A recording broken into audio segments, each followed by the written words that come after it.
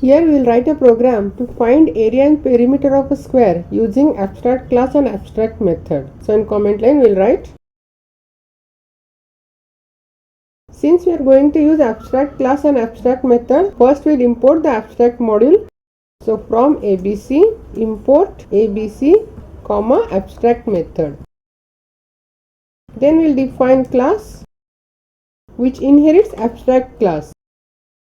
Then we will define two methods for area and perimeter. Since the methods are abstract method, we will use abstract method decorator. So at the rate abstract method, and we will define method area.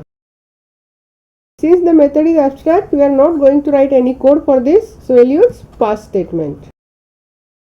Then we will define another abstract method for perimeter. And here also we will use pass statement since the method is abstract. Then we will define another class square which inherits the class calculate. The formula for calculating area of square is side square. And formula for calculating perimeter is 4 into side. So we will define constructor with one parameter side. And we will assign self.side equal to side. Then we implement the method area from the abstract class. So def area self, and here we will return self.side square. Then we will implement another method perimeter which will return 4 into self.side. Then outside the class we will accept side from the user.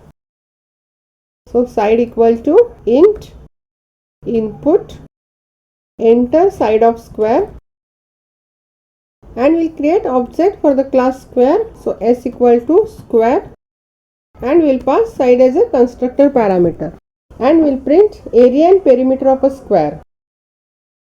For this we will call s dot area, and then we will print perimeter of square s dot perimeter. And we execute. I will give side as 5. It will print area of square as 25 and perimeter of square as 20.